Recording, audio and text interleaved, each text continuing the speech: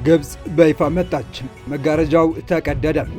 ለሻዕቢያ ተላልፎ ሊሰጥ የታሰበው የግብጽ ረጅም ርቀት ሚሳኤል ድሮን ጉዳይ ተጋለጠ።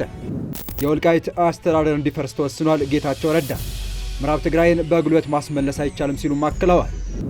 ሩሲያ የኢትዮጵያ ድጋፍ ያስፈልገኛል አለች።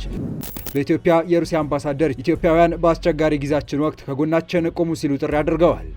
ግብጽ የባህሩን ጦርነት በይፋ ለመቀላቀል ትኬት ቆረጠች። ጠቅላዩ ጦርነት ከተነሳ ማንም አያስቆመንም ባሉ ማግስት የኤርትራውን ፕሬዝዳንት ያስተናገደችው ካይሮ አሉኝ ያለቻቸውን ዘመናዊ ሚሳይሎችና ድሮኖች ለሻዕቢያ አሳልፋ ለመስጠት መወሰኗ የተሰማ ሲሆን የመርከብና የአውሮፕላን ጭነት እየተዘጋጀ መሆናቸውን የተመለከተ ጥብቅ መረጃ ወጥቷል። ጌታቸው ረዳ ወልቃይትን በተመለከተ የጠቅላዩን ያልተጠበቀ ውሳኔ ያፈረጡት አማካሪ ሚኒስትሩ በትላንትናው ዕለት ባደረጉት ቃለ መጠይቅ ለደብረ ጽዮንና አረጋ ከበደ አስተዳደር መርዶም በስራትም የያዘ አነጋጋሪ መረጃ ይፋ ያደረጉ ሲሆን ስለ ኮሎኔል ደመቀ አዲስ ነገር አውጥተዋል። ይህንን ጨምሮ ሩሲያ የኢትዮጵያን ሕዝብ አጋርነት መጠየቋን አክለን ለሳቱ መደመጥ ያለባቸው መረጃዎችን ይዘን ተገኝተናል። ሰላም ውድ የሉል ዴይሊ ቤተሰቦች እንደምናላችሁ፣ ቻናሉን ሰብስክራይብ፣ ላይክ፣ ሼር ያደረጋችሁ እስከ መረጃዎቻችን ፍጻሜ አብራችሁን ቆዩ። የጠቅላይ ሚኒስትር አብይ አህመድ የምስራቅ አፍሪካ ጉዳዮች አማካሪው አቶ ጌታቸው ረዳ ወልቃይትን በተመለከተ ቆምጨጭ ያለ መልእክት ማስተላለፋቸውን አፍሪካን ኢንተለጀንስ አስነብቧል። አቶ ጌታቸው ረዳ በትላንትናው ዕለት ስለ ሁመራ ቆይታቸው አነጋጋሪ ቃለ መጠይቅ ሰጥተዋል። አማካሪ ሚኒስትሩ ከሳምንት በፊት በሁመራ ከተማ ተገኝተው ከወልቃይት ሰቲት ሁመራ ዞን አመራሮች ጋር በተወያዩበት ወቅት የወልቃይት ጠገዴ ሕዝብ የማንነት ጥያቄ በህጋዊና በፍትሐዊ መንገድ መመለስ አለበት ማለታቸው በህወሓት ዘንድ ትልቅ ትችት ገጥሞት እንደነበር የሚታወስ ሲሆን ዛሬም ከዚሁ አቋማቸው ጋር የሚጣጣም አስተያየት ማስተላለፋቸውን የተሰማው ባሳለፍነው ሳምንት ማብቂያ በአማራ ክልል ፕሬዚዳንት አቶ አረጋ ከበደና ከአካባቢው አመራሮች ጋር የመከሩት አቶ ጌታቸው ረዳ የማንነት ጥያቄ መኖሩን እናምናለን ሲሉ ህወሓት በኃይል ለ3 አስርተ ዓመታት አፍኖት የኖረውን እውነት በይፋ እውቅና መስጠታቸው የሚታወስ ሲሆን ጥያቄው ግን በህጋዊና በፍትሐዊ መንገድ መመለስ አለበት፣ ጥያቄው የግለሰብ ጥያቄ ባለመሆኑ የህዝቡን ድምፅ መስማት ይገባል ሲሉ ተናግረው ነበር። በትላንትናው ዕለት ኮርነት ከተባለ የበይነ መረብ ሚዲያ ጋር በትግርኛ ቋንቋ ቆይታ ያደረጉት አቶ ጌታቸው በቃለ መጠይቃቸው ወልቃይትን በተመለከተ ሁለት ወሳኝ መረጃዎችን ያጋለጡ ሲሆን በአንድ በኩል እነ ኮሎኔል ደመቀ የሚመሩት የወልቃይት ሰቲት ሁመራ ዞን አስተዳደር እንዲፈርስ መወሰኑን የገለጹ ሲሆን በሌላ በኩል ደግሞ ህወሓት ምዕራብ ትግራይ ብሎ የሚጠራው አካባቢ በጉልበት ማስመለስ አይቻልም በማለትም ወልቃይትን ይገባኛል ለሚሉት ጎራዎች መርዶም የምስራች የሆነ መረጃ ነው ይፋ ያደረጉት። አቶ ጌታቸው ኮርነር ከተሰኘ ሚዲያ ጋር በነበራቸው ቆይታ አክለውም አሁን ወልቃይትን የሚያስተዳድሩ አመራሮች ሙሉ በሙሉ በሚባል ደረጃ ትግርኛ ተናጋሪ እንጂ አማርኛ ተናጋሪዎች አይደሉም ማለታቸው በርካቶችን እያነጋገረ ይገኛል። በቀጣይ መረጃ ግብጽ በይፋ መጥታለች። በአስመራና ካይሮ መካከል ያለውን ግንኙነት አስመልክቶ በርካታ ኢትዮጵያውያንን ያወዛገብ የነበረው መረጃ ተቀዷል። ኢትዮጵያ በቀይ ባህር አስተዳደር ውስጥም ምንም አይነት ሚና የላትም ስትል በውጭ ጉዳይ ሚኒስትሯ በኩል ይፋ ያደረገችው ግብጽ አሁን ደግሞ አሉኝ ከምትላቸው የጦር መሳሪያዎች መሀል በርከት ያሉት ሚሳይሎችና ድሮኖችን ለኤርትራ መንግስት ልሰጥ መሆኑ ተጋልጧል። በትላንትናው ዕለት የቀይ ባህርን የማስተዳደር ጉዳይ የባህር ዳርቻ ሀገራትን ብቻ የሚመለከት ነው ሲሉ የግብጽ የውጭ ጉዳይ ሚኒስትር ባድር አብድላቲ የተናገሩ ሲሆን አክለውም እንደ ኢትዮጵያ ያሉ የባህር በር የሌላቸው ሀገራት ተሳትፎ ተቀባይነት የለውም ሲሉም አጽንኦት ሰጥተዋል። ግብጽ ከሳውዲ አረቢያ በቀይ ባህር አስተዳደር ወደፊት ዕጣ ፈንታ ዙሪያ እየመከረች መሆኑን የገለጹት የውጭ ጉዳይ ሚኒስትሩ ይህን ወሳኝ የባህር ላይ መተላለፊያ የማስተዳደር ደህንነቱና መረጋጋቱን የማረጋገጥ ቀዳሚ ኃላፊነት ያለባቸው ሁለት አገራት ናቸው ብለዋል። ጠቅላይ ሚኒስትር አብይ አህመድ ኢትዮጵያ የባህር በር መነፈጓን እንደማትቀበልና ስትራቴጂካዊ ጥቅሞቿን በሰላማዊ መንገድ ለማስከበር ቁርጠኛ መሆኗን በሳምንቱ መጀመሪያ መግለጻቸው ይታወሳል። የጠቅላይ ሚኒስትር አብይ ጦርነት ከተጀመረ የሚያቆመን ኃይል አይኖረንም፣ ውጤቱም ግልጽ ነው የሚል ዛቻ ተከትሎ ወደ ካይሮ ያቀኑት ኢሳያስ አፈወርቂ ከካይሮ ያሰቡት ምላሽ አግኝተዋል ነው የተባለው። የአደጋ ጊዜ ተጠሪ ወደሚሏቸው አልሲሲ አቅንተው በኢትዮጵያ መንግስት አቋም እንዲሁም መደረግ ስላለባቸው የሁለትዮሽ ትብብሮች ሰፋ ያለ ምክክር የጠየቁት የኢሳያስ አፈወርቂ የሚፈልጉትን ያክል ቁጥር ባይሆንም በቂ የሚባል ወታደራዊ ድጋፍ እንደሚያገኙ ማረጋገጫ ተሰጥቷቸዋል የሚሉ ምንጮች ያጋለጡት መረጃ እንዳመለከተው ከሆነ ግብጽ ወደ አስመራ የሚለገሱ የጦር መሳሪያዎችን፣ ወታደራዊ አውሮፕላኖችን በመርከብ መጫን መጀመሯን አክለው ገልጸዋል።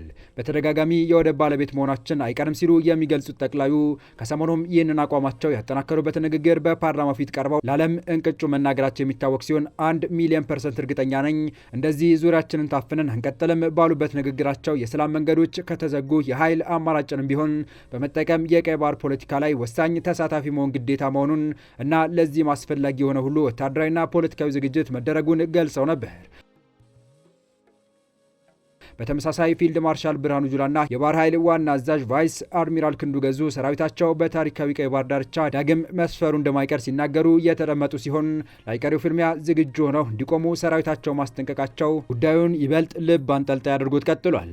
ጉዳዩን በቅርበት የሚከታተሉ የዲፕሎማቲክ ምንጮች እንደሚሉት ከሆነ በሁለቱ ሀገራት መካከል ከ1990ዎቹ መጀመሪያ ከተካሄደው በላይ አደገኛና የብዙ የውጭ ኃይሎች እጅ ያለበት ከባድ ጦርነት መነሳቱ አይቀሬ ነው። ለዚህ ደግሞ ማሳያ የሚሆነው በሁለቱም መንግስታት በኩል እየወጡ ያሉ መረጃዎችና እየተካረረ ከመጣው የቃላት ጦርነት ባለፈ እየተደረጉ ያሉት ከፍተኛ ወታደራዊ ዝግጅቶች እንደሆኑም ያክላሉ። የካይሮን የኢሳያስና አርሲሲ ምክክር በቅርበት ከተከታተሉት የግብጽ ከፍተኛ ሹማምንት እንደተገኘ የተገለጸው ጥብቅ ወታደራዊ መረጃ እንዳመለከተው ታዲያ አርሲሲ ኢትዮጵያን ለማተራመስ ከውልደት እስከ እርጅና ያገለገሏት ሻዕቢያንና ኢሳያስ አፈወርቂ የተባሉ መሪያቸው በገረድነታቸው እንዲቀጥሉ ጨው የማላስ ተግባሯን አጠናክራ የቀጠለች ሲሆን በዚህ መሰረት ግብጽ ወደ አስመራ ከምትልካቸው አሜሪካ ሰራሽ ሚሳይሎችና ቱርክ ሰራሽ ድሮኖች በተጨማሪ ቁጥሩ ከ2000 የማያንስ የግብጽ ጦር ወደ ኤርትራ ሊያመራ መሆኑን ጠቅሰው ኢትዮጵያ የሞት ሽረት ትግል ታደርግበታለች ተብሎ በሚታሰበው አሰብ ወደብ ላይ አቅራቢያ እንዲሰፍሩ ለማድረግም ፍቃዳቸውን መስጠታቸውን የተነገረው። ከካይሮ እስከ መቀለ የኢትዮጵያ መንግስት ላይ ከባድ ጥቃት ለመፈጸም ሲመከር ውሎ ባመሸበት በአሁኑ ወቅት ከወደ 4 ኪሎ የሰራዊቱ ዝግጁነትና የወደቡ መምጣት የሚያስተጓጉል አንዳችም ኃይል እንዳይኖር በሚያስችል ሁኔታ የሰራዊቱን አቅም የማሳደግና በሰራዊቱ ውስጥ ያሉት ጥቃቅን ክፍተቶች የመሙላት ስራ እየተሰራ መሆኑን መከላከያ ሰራዊቱ በማህበራዊ ድረገጾች ላይ የሚለጠፉ ልጥፎች እያመለከቱ ናቸው። እያንዳንዱ የባህር በር ንግግር ምላሽ በመስጠት የተጠመዱት የኤርትራው ማስታወቂያ ሚኒስቴር የማነ ገብረ መስቀል ለፊልድ ማርሻሉ ንግግር በሰጡት ምላሽ ክሱ ወታደራዊ ጠባጫሪ ሲሉ ውድቅ አድርገውታል። የኤርትራ የማስታወቂያ ሚኒስቴር የማነ ገብረ መስቀል የቀድሞ ግዛትን ለማስመለስ ያለመ ያሉትን ከፍተኛ የፕሮፓጋንዳ ዘመቻ ወታደራዊ ጠባጫሪነት የታከለበት ነው ሲሉ ለፈረንሳይ ዜና አገልግሎት ተናግረዋል። ጠቅላይ ሚኒስትር አብይ አህመድ ግን ኢትዮጵያ በደል የተፈጸመባት ሀገር ናት ሲሉ የኤርትራ ማስታወቂያ ሚኒስትሩ ምላሽ ውድቅ የሚያደርግ ክርክር አላቸው። የራሱ የብሔራዊ ጥቅምና ብሔራዊ ደህንነት ስጋት የሌለው ሀገር የሚባል ነገር የለም ሲሉ የገለጹት ጠቅላይ ሚኒስትሩ ኢትዮጵያ ኢፍትሐዊ፣ ኢርትዓዊና የበደል መጨረሻዎች በደል የተፈጸመባት ሀገር ናት ብለዋል። እውነተኛ ፍትህ ካልተረጋገጠ ይህ በማንኛውም ሰዓት ሊፈጠር ይችላል ያሉት ጠቅላይ ሚኒስትሩ ኢፍትሐዊ እና ኢርትዓዊ ውሳኔ ባለበት ሁኔታ የተሟላ ሰላም ሊፈጠር አይችልም ሲሉም የመንግስታቸውን አቋም አንጸባርቀዋል። በመጨረሻም ሩሲያ የኢትዮጵያ ድጋፍ ያስፈልገኛል አለች። በኢትዮጵያ የሩሲያ አምባሳደር እያለፍንበት ባሉ አስቸጋሪ ጊዜ ከኢትዮጵያ የምናገኘው ድጋፍ ያስፈልገናል ብለዋል። በአስቸጋሪና ፈታኝ ጊዜያት ከኢትዮጵያ ሕዝብ ጎን እንደቆምን ሁሉ በተለይም በእነዚህ አስቸጋሪ ጊዜያት ከኢትዮጵያ አጋሮቻችን የምናገኘውን ተመሳሳይ ድጋፍ እናደንቃለን ሲሉ በኢትዮጵያ የሩሲያ አምባሳደር ኤቭጌኒ ቴርኪህኒ ገለጹ። አምባሳደሩ ይህንን ያሉት ትላንት ምሽት የሩሲያ ብሔራዊ አንድነት ቀን አስመልክቶ በተከናወነ መርሃ ግብር ላይ ነው።